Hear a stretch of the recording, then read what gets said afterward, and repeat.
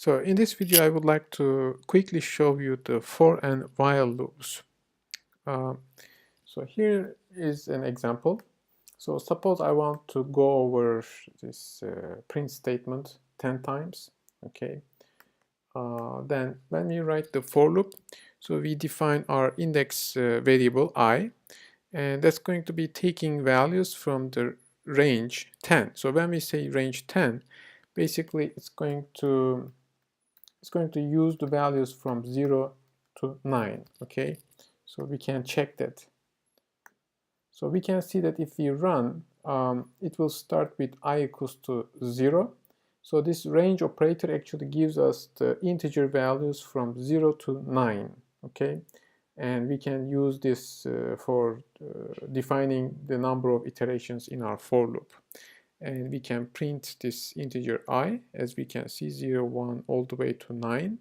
And we can print our hello world statement basically 10 times. So this is the very basic for loop, and also you can do some, for example, operations. You can sum the, for example, let's say, or let's call this as sum, yes. So we can sum the numbers. So let's say sum equals to sum plus I. Okay, and then I want to print this sum. I want to get rid of this hello world, and I can run this. Well, I get the error because my print statement is not correct here.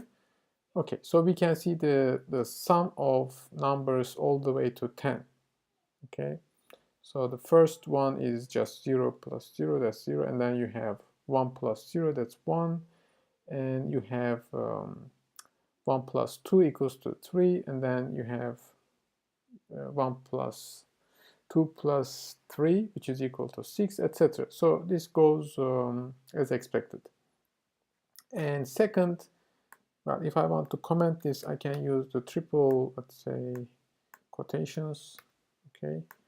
And for the while loop, the idea is now, this time I don't have an exact number of iterations, but I'm just going to execute a statement within the while loop, as long as this condition here, this conditional statement is true. Okay, so whenever the statement is false, then we will get out of the while loop.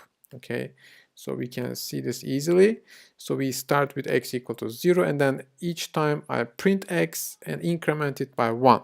So as long as the value of x is less than 10, I will be running the while loop. If this statement is not correct, then we will get out of the while loop. Okay, so this is a very simple example. Another thing also for the while loop, actually, we can do our iteration not necessarily in the increments of 1, but actually we can define different things, like I can define the range. For example, I can say I want to start from integer 4, and every time I want to increment by 2 all the way to, let's say, 20. So it will stop at 20 actually, and I want to print my I. Okay, so this part again I can comment.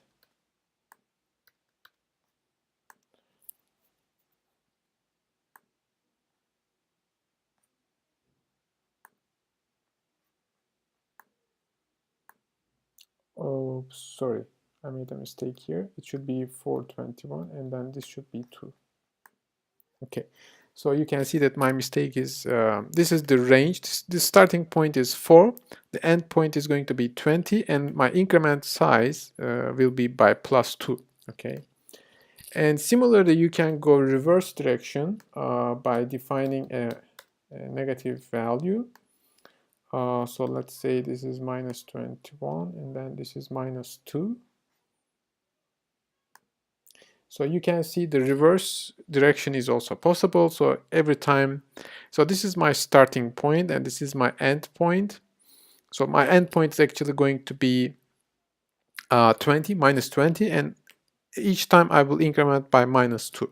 So Python gives us a lot of flexibility in terms of how you want to define your for loop. You can increment in any size you want. as long as you have these values between the starting and end point that you define here.